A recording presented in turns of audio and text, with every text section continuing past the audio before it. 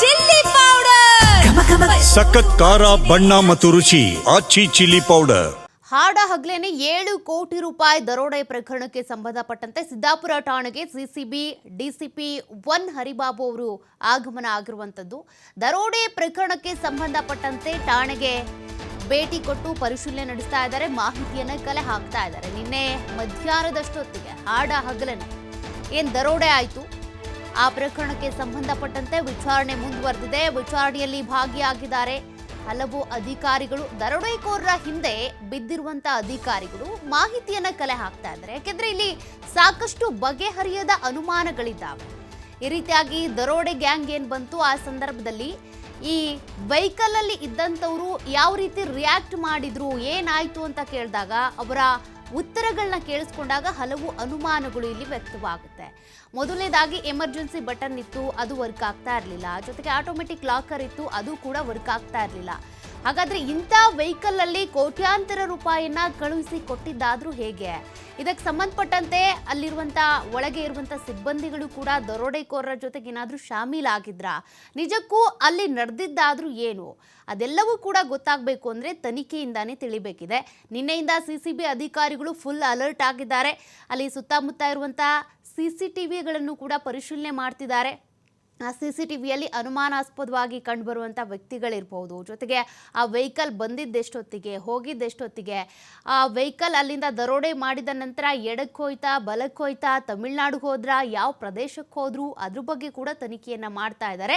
ಸದ್ಯ ಸಿಕ್ಕಿರುವಂಥ CCTV ಫುಟೇಜ್ಗಳ ಆಧಾರದ ಮೇಲೂ ಕೂಡ ತನಿಖೆ ಮುಂದುವರಿತಾ ಇದೆ. ಬರೋಬ್ಬರಿ 7 ಕೋಟಿ ರೂಪಾಯಿ ಇದ್ದಂಥ ವೆಹಿಕಲ್ ಏನಿದೆ, ಅದಕ್ಕೆ ದರೋಡೆಕೋರರು ಏಕಾಏಕಿಯಾಗಿ ಬರ್ತಾರೆ, ಹಿಂದೆ ಕುತ್ಕೊಳ್ತಾರೆ, ಗನ್ ತೋರಿಸ್ತಾರೆ. ಈ ಹಣವೆಲ್ಲ ನಾವು ಬಂದಿರೋದು RBI ಇಂದ, ಇಲ್ಲಿ ನಾವು ಪರಿಶೀಲನೆ ಮಾಡಬೇಕು, ಅನುಮಾನ ಇದೆ ಅಂತ ಹೇಳ್ತಾರೆ ಅಂತ ಅಂದರೆ ಆ ವೆಹಿಕಲಲ್ಲಿ ಇದ್ದಂಥವ್ರು ಯಾಕೆ ಎಚ್ಚೆತ್ಕೊಳ್ಳಿಲ್ಲ? ಆ ವೆಹಿಕಲಲ್ಲಿ ಇದ್ದಂಥ ಡ್ರೈವರ್ ಹತ್ರ ಮೊಬೈಲ್ ಇದ್ರೂ ಕೂಡ ಯಾಕೆ ಫೋನ್ ಮಾಡಿ ಆತ ಮೇಲಧಿಕಾರಿಗಳಿಗೆ ಹೇಳಲಿಲ್ಲ? ಇವೆಲ್ಲ ಸಾಕಷ್ಟು ಅನುಮಾನಗಳಿದ್ದಾವೆ. ಹಾಗಾಗಿ ಈ ಅನುಮಾನಗಳಿಗೆ ಉತ್ತರವನ್ನು ಕಂಡುಕೊಳ್ಬೇಕು ಅಂತ ಅಂದರೆ ಅಧಿಕಾರಿಗಳು ಈಗ ಎಲ್ಲ ಕಡೆಯೂ ಕೂಡ ಅಲರ್ಟ್ ಆಗಿದ್ದಾರೆ.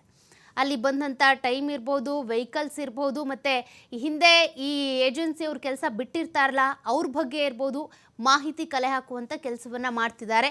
ಅವ್ರ ಕೆಲಸ ಬಿಟ್ಟಿದ್ಯಾಕೆ, ಏನು ಕಾರಣ ಹೇಳಿಬಿಟ್ರು, ಅಥವಾ ರಿಟೈರ್ಡ್ ಆಗಿದ್ರಾ, ಮತ್ತು ಜೈಲಿನಲ್ಲಿರುವಂಥ ಕೆಲವರು ಶಿಕ್ಷೆ ಅನುಭವಿಸ್ತಾ ಇರುವಂಥ ಕೈದಿಗಳಿಗೂ ಇವ್ರಿಗೂ ಸಂಬಂಧ ಇದೆಯಾ? ಎಲ್ಲ ಆಯಾಮಗಳಲ್ಲೂ ಕೂಡ 4 ತಂಡಗಳನ್ನು ರಚನೆ ಮಾಡಿ 4 ದಿಕ್ಕುಗಳಲ್ಲೂ ಕೂಡ ಈಗ ತನಿಖೆಯನ್ನು ಮುಂದುವರಿಸ್ತಾ ಇದ್ದಾರೆ. ಆ ವಿಜುವಲ್ಸನ್ನು ನೋಡಿದರೆ ಎಂಥವ್ರಿಗೂ ಕೂಡ ಸಾಕಷ್ಟು ಅನುಮಾನಗಳು ಬರುತ್ತೆ. ಅಂದರೆ ಆ ಕ್ಷಣದಲ್ಲಿ ತಲೆಗೆ ಹೊಳಿದೇ ಇರ್ಬೋದು, ಏನು ಮಾಡಬೇಕು ಅಂತ ಗೊತ್ತಾಗದೆ, ಬಟ್ ಆದರೂ ಕೈಯಲ್ಲಿ ಫೋನ್ ಇತ್ತು ಅಂದರೆ ಫೋನ್ ಮಾಡುವಂಥ ಆಪ್ಷನ್ ಇದ್ದೇ ಇತ್ತು. ಯಾಕೆ ಫೋನ್ ಮಾಡಲಿಲ್ಲ? ಅಧಿಕಾರಿಗಳಿಗೆ ಯಾಕೆ ತಿಳಿಸ್ಲಿಲ್ಲ? ಮತ್ತು ಅಲ್ಲಿ ಮೇಲೆ ಹತ್ಕೊಂಡಿರುವಂಥವ್ರು, ಗಾಡಿಗೆ ಹತ್ಕೊಂಡಿರುವಂಥವ್ರು ಮಧ್ಯದಲ್ಲಿ ಇಳ್ಕೊಂಡ್ರು ಅಂತ ಹೇಳ್ತಾರಲ್ಲ, ಎಲ್ಲಿ ಇಳ್ಕೊಂಡ್ರು ಅದು ಗೊತ್ತೇ ಆಗಲಿಲ್ವಾ? ಈತ ಗಾಡಿ ನಿಲ್ಲಿಸ್ತಾನೆ ಇಳ್ಕೊಂಡ್ಬಿಟ್ರಾ? ಅವ್ರು ಕೊಡುವಂಥ ಸ್ಟೇಟ್ಮೆಂಟ್ಗಳ ಬಗ್ಗೆನೂ ಕೂಡ ಸಾಕಷ್ಟು ಗೊಂದಲ ಇದೆ, ಅನುಮಾನ ಇದೆ. ಹಾಗಾಗಿ ಅಧಿಕಾರಿಗಳು ಮತ್ತಷ್ಟು ಚುರುಕಾಗಿ ತನಿಖೆಯನ್ನು ನಡೆಸ್ತಾ ಇದ್ದಾರೆ. ಈ ಹಿಂದೆ ಕೂಡ ಇದೇ ರೀತಿಯಾಗಿ ರಾಬರಿ ನಡೆದಿತ್ತು, ಹುಬ್ಬಳ್ಳಿಲಾಗಿತ್ತು, ಬೆಂಗಳೂರಲ್ಲಾಗಿತ್ತು. ಆ ಪಾಪ ATMಗೆ ಹಣ ತುಂಬೋಕೆ ಬಂದಂಥ ವ್ಯಕ್ತಿಯನ್ನು ಶೂಟ್ ಮಾಡಿ ಕೊಂದು ಹಾಕಿ ಹೋಗಿದ್ರು. ಅದು 2 ವೀಲರಲ್ಲಿ ಕೂಡ ಬಂದು ಈ ರೀತಿಯಾಗಿ ದಾಳಿ ಮಾಡಿ ಹಣ ಎತ್ಕೊಂಡು ಹೋಗಿದ್ರು.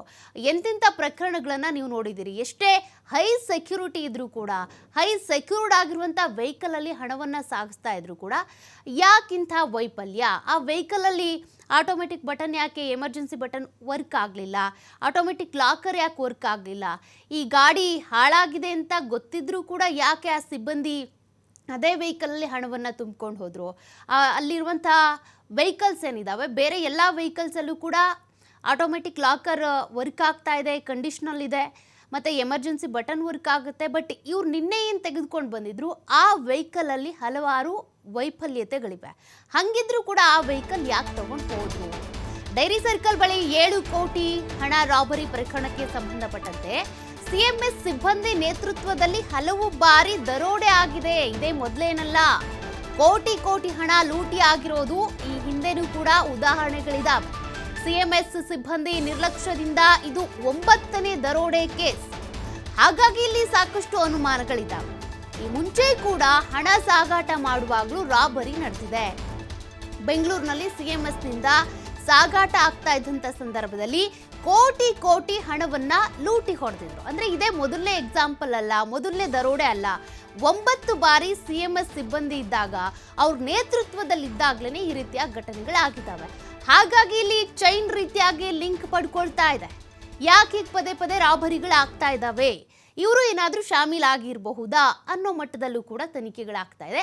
ಹಾಗಾದರೆ ಎಲ್ಲೆಲ್ಲಿ ಈ ರೀತಿ ರಾಬರಿ ಆಗಿತ್ತು, ಯಾವ್ಯಾವ ಕೇಸ್, ಅದ್ರ ಬಗ್ಗೆ ನಾವು ನೋಡೋದಾದರೆ ಬೆಂಗಳೂರಿನ ಹಲವು ಕಡೆ ಇದೇ ರೀತಿ ರಾಬರಿಗಳಾಗಿದ್ದಾವೆ.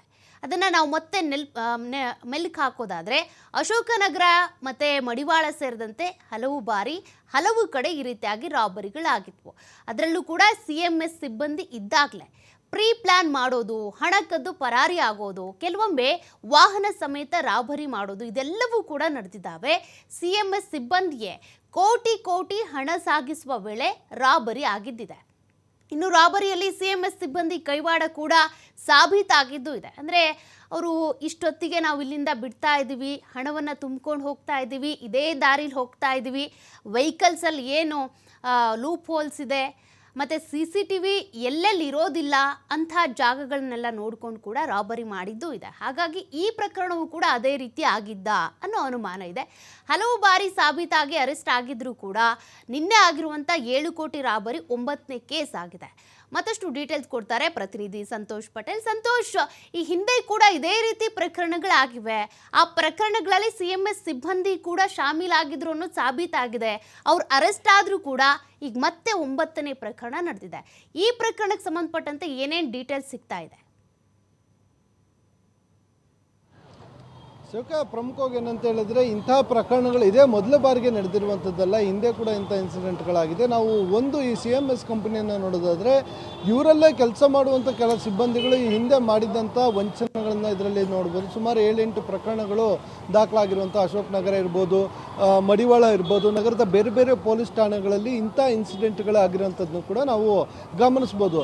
ಪ್ರಮುಖವಾಗಿ ಈ ಹಿಂದೆ ಒಟ್ಟು 8 ಕೇಸ್ಗಳಿಗಾಗಿದೆ ಅನ್ನೋದು ಅಶೋಕ್ ನಗರ ಮತ್ತು ಮಡಿವಾಳದ 2 ಪ್ರಮುಖ ಪ್ರಕರಣಗಳನ್ನು ಇಲ್ಲಿ ನಾವು ಮೇಲ್ನೋಟಕ್ಕೆ ಗಮನಿಸಿದ್ರೆ ಗೊತ್ತಾಗುತ್ತೆ. ಅಲ್ಲೇ ಕೆಲಸ ಮಾಡ್ತಿದ್ದಂಥ ಸಿಬ್ಬಂದಿಗಳು ಈಗ ಹಣವನ್ನು ತೆಗೆದುಕೊಂಡು ಹೋಗುವಂಥ ಸಂದರ್ಭದಲ್ಲಿ ವಾಹನ ಸಮೇತ ಕೆಲವರು ಎಸ್ಕೇಪ್ ಆಗಿರುವಂಥದ್ದು, ಇನ್ನು ಕೆಲವರು ಈ ಹಣವನ್ನು ರಾಬರಿ ಮಾಡಲಿಕ್ಕೆ ಮಾಹಿತಿ ಕೊಟ್ಟು ಅವರ ಜೊತೆ ಸೇರಿಕೊಂಡಿರುವಂಥ ಮಾಹಿತಿಗಳು ಕೂಡ ಲಭ್ಯವಾಗಿತ್ತು. ಇಂಥ ಪ್ರಕರಣಗಳು ಸಾಕಷ್ಟು ದಾಖಲಾಗಿದ್ವು.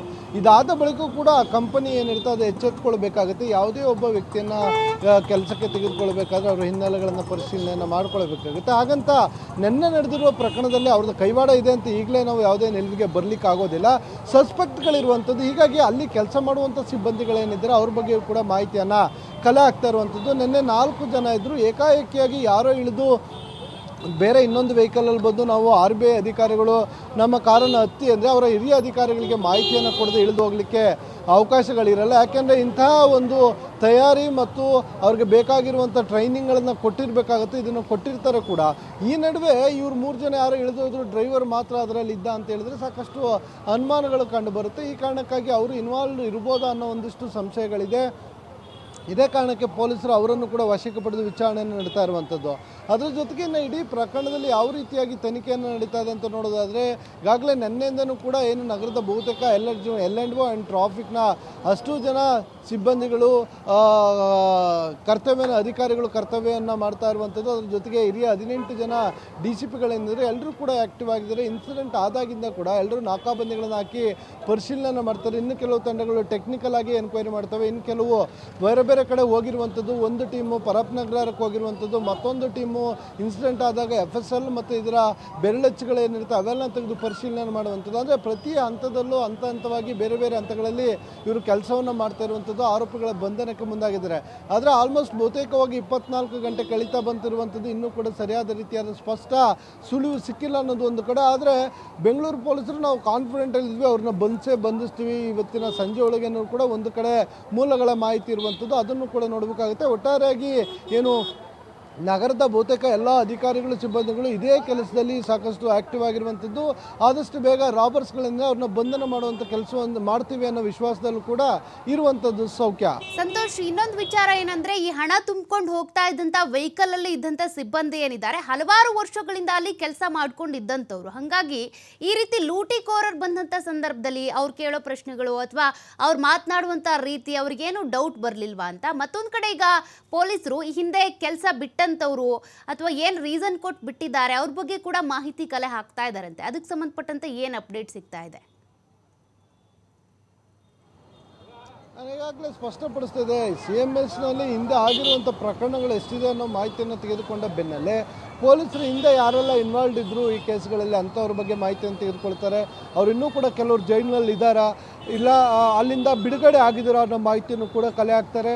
ಆ ಮಾಹಿತಿಗಳನ್ನು ಆಧಾರವಾಗಿ ಇಟ್ಕೊಂಡು ಅವರ ಚಲನವಲನಗಳಿರ್ಬೋದು, ಇತ್ತೀಚೆಗೆ ಏನಾದ್ರು ಬ್ರಾಂಚ್ಗಳ ಕಡೆ ಬಂದೋಗಿರುವಂಥದ್ದು ಇರ್ಬೋದು, ಇಲ್ಲ CMSನಲ್ಲಿ ಕೆಲಸ ಮಾಡ್ತಾ ಇರುವಂಥ ಸಿಬ್ಬಂದಿಗಳ ಜೊತೆ ಯಾರಾದರೂ ಸಂಪರ್ಕದಲ್ಲಿ ಇರುವಂಥವ್ರು ಇರ್ಬೋದು, ಇಲ್ಲೇ ಪ್ರೆಸೆಂಟ್ ಏನು ಕೆಲಸವನ್ನು ಮಾಡ್ತಿದ್ದಾರೆ ಅವರು ಯಾರಾದರೂ ಬೇರೆ ದರೋಡೆಕೋರರೋ ಇಲ್ಲ ಬೇರೆ ಯಾರ ಜೊತೆನಾದರೂ ಸಂಪರ್ಕದಲ್ಲಿ ಇದ್ದಾರಾ ಇರ್ಬೋದು.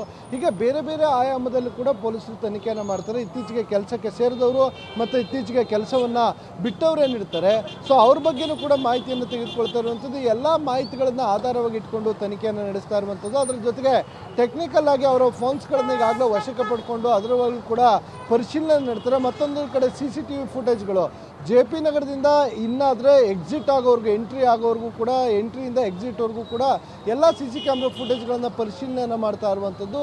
ಸೊ ಈ ಎಲ್ಲ ಕೆಲಸಗಳು ನಡೀತಾ ಇದೆ. ಒಟ್ಟಾರೆಯಾಗಿ ದರೋಡೆಕೋರರು ಯಾವ ರೀತಿಯಾಗಿ ಪೊಲೀಸರಿಗೆ ಚಳ್ಳಹಣ್ಣನ್ನು ತಿನ್ನಿಸಿ ಯಾವ ಮಾರ್ಗವಾಗಿ ಅಂದರೆ ಈಗಾಗಲೇ 3 ವೆಹಿಕಲ್ಗಳಲ್ಲಿ ಬಂದಿದ್ರು ಅನ್ನೋ ಮಾಹಿತಿ ಇರುವಂಥದ್ದು. 3 ವೆಹಿಕಲ್ಗಳಲ್ಲಿ ಎಲ್ಲೆಲ್ಲಿ ಬದಲಾವಣೆಗಳನ್ನು ಮಾಡಲಾಗಿರುತ್ತೆ, ಯಾವ ರೀತಿಯಾಗಿ ನಗರದಿಂದ ಆಚೆ ಹೋಗಿರ್ತಾರೆ, ಇಲ್ಲಿ ಪ್ರಮುಖವಾಗಿ ಅನುಮಾನಗಳಿರುವಂಥದ್ದು. ಸುಮಾರು 1.5 ತಾಸಿನ ನಂತರ ಪೊಲೀಸರಿಗೆ ಮಾಹಿತಿ ಗೊತ್ತಾಗುತ್ತೆ. ಹಾಗಾಗಿ ಅಲ್ಲಿ ಕೆಲಸ ಮಾಡುವಂಥ CMS ಸಿಬ್ಬಂದಿಗಳೇ ಮಾಹಿತಿಯನ್ನು ಕೊಡಲಿಲ್ವಾ ಅಂತ ಅನುಮಾನಗಳಿರುವಂಥದ್ದು. ಸೊ ಹೀಗಾಗಿ ಇದರಿಂದ 10 ಹಲವು ಅನುಮಾನಗಳು ಕಾಣ್ತಾ ಇರೋ ಹಿನ್ನೆಲೆಯಲ್ಲಿ ಅವರ ಬ್ರಾಂಚ್ ಕೆಲಸ ಮಾಡ್ತಾ ಮ್ಯಾನೇಜರ್ಗಳಿರ್ಬೋದು, ಅಲ್ಲಿನ ಸಿಬ್ಬಂದಿಗಳಿರ್ಬೋದು, ಬ್ಯಾಂಕ್ನಲ್ಲಿ ಕೆಲಸ ಮಾಡುವಂಥವ್ರು ಇರ್ಬೋದು, ಇವರೆಲ್ಲರನ್ನೂ ಕರೆಸಿ ವಿಚಾರಣೆಯನ್ನು ಮಾಡ್ತಾ ಇದ್ದಾರೆ. ಇದು ಒಂದು ಭಾಗ ಆದರೆ ಮತ್ತೊಂದು ಭಾಗ ಈ ಹಿಂದೆ ದರೋಡೆಕೋರರು ಯಾವ್ಯಾವ ಪ್ರಕರಣಗಳಲ್ಲಿ ಭಾಗಿಯಾಗಿರ್ತಾರೆ ಸೊ ಅವರ ಮಾಹಿತಿಯನ್ನು ಕಲೆ ಹಾಕ್ತಾ ಇರುವಂಥದ್ದು. ಅವರು ಈಗ ಪ್ರೆಸೆಂಟ್ ಜೈಲಿನಲ್ಲಿರುವಂಥ ಆರೋಪಿಗಳ ಜೊತೆ ಏನಾದರೂ ಸಂಪರ್ಕದಲ್ಲಿ ಇರ್ತಾರಾ, ಸೊ ಅಲ್ಲಿಂದ ಪ್ಲಾನ್ ಆಗಿ ಅಲ್ಲಿಂದ ಎಕ್ಸಿಕ್ಯೂಟಿವ್ ಮಾಡಿ ಎಲ್ಲ ರೀತಿಯ ಸಿದ್ಧತೆಗಳನ್ನು ಮಾಡಿಕೊಂಡು ಸಿಟಿಯಲ್ಲಿ ಎಕ್ಸಿಕ್ಯೂಷನ್ ಮಾಡಿದ್ರು ಅನ್ನೋದ್ರ ಬಗ್ಗೆಯೂ ಕೂಡ ಮಾಹಿತಿಯನ್ನು ಕಲೆ ಹಾಕಲಿಕ್ಕೆ ಜೈಲಿಗೂ ಕೂಡ ಹೋಗಿರುವಂಥದ್ದು. ಒಟ್ಟಾರೆಯಾಗಿ ಎಲ್ಲ ಹಂತದಲ್ಲೂ ಕೂಡ ಪೊಲೀಸರು ತಮ್ಮ ತನಿಖೆಯನ್ನು ಮುಂದುವರಿಸಿರುವಂಥದ್ದು. ಸೌಖ್ಯ. Okay, thank you Santosh ಡೀಟೇಲ್ಸ್ಗೆ.